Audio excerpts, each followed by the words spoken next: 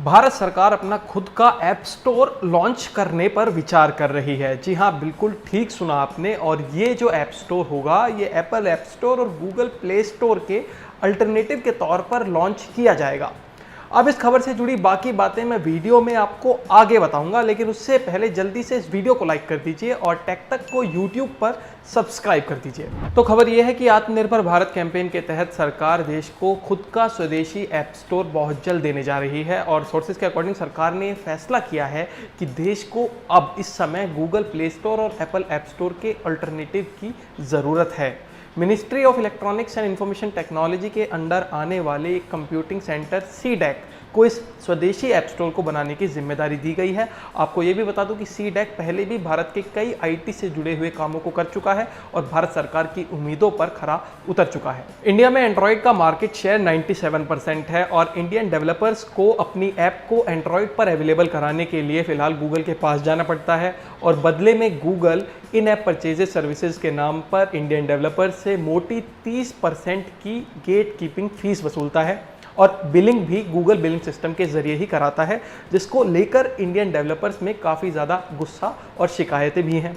तो ऐसे में भारत सरकार के अनुसार अब भारत को पूर्ण आत्मनिर्भर बनाने के लिए अब खुद के स्वदेशी ऐप स्टोर की ज़रूरत भी महसूस होने लगी है। स्वदेशी ऐप स्टोर लॉन्च हो जाने के बाद स्मार्टफोन्स पर उसकी प्री इंस्टॉलेशन को मैंडेटरी बनाने पर भी विचार किया जा सकता है। यानी कि जैसे फिलहाल अगर हम कोई नया एंड्रॉयड फ़ोन लेते हैं तो उस पर प्ले स्टोर पहले से ही इंस्टॉल्ड आता है, तो ऐसे ही इंडियन ऐप स्टोर भी स्मार्टफोन्स पर पहले से ही इंस्टॉल्ड आएगा और इस इंडियन ऐप स्टोर पर ज़्यादातर जो ऐप होंगी वो भी स्वदेशी ही होंगी। आपको ये भी बता दूं कि ऐसा पहली बार नहीं है कि सरकार इस तरह की कोई ऐप या फिर सर्विस स्टार्ट करने पर विचार कर रही हो। फिलहाल की बात करूं तो फिलहाल में भी एक ऐसी वेबसाइट, सरकारी वेबसाइट जो है वो मौजूद है जिसका नाम है कि मोबाइल सेवा ऐप स्टोर, जिस पर कि सरकारी ऐप्स और इंडियन ऐप्स डाउनलोडिंग के लिए मौजूद हैं। और इस वेबसाइट को देखकर ये अंदाज़ा लगाया जा सकता है कि जो ऐप होगी वो इसी का अपग्रेडेड वर्जन हो सकती है। अब इससे इंडियन डेवलपर्स को तो फ़ायदा होगा, लेकिन सरकार को भी लोगों के ऐप यूसेज पर डायरेक्ट पकड़ मिल जाएगी।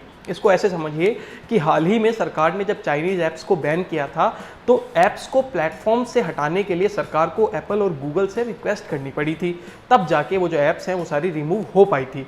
लेकिन अगर फ्यूचर में सरकार इंडियन ऐप स्टोर को मैंडेटरी कर देती है और सारी ऐप्स जो हैं वहीं शिफ्ट कर जाती हैं और फिर सरकार किसी ऐप को बैन करने का फैसला लेती है, तो ये काम चुटकियों भर का हो जाएगा और सरकार को किसी बाहरी कंपनी से रिक्वेस्ट नहीं करनी पड़ेगी। तो ये थी सारी खबर और पूरी खबर का निचोड़ जो मैंने आपको इस वीडियो में बताया।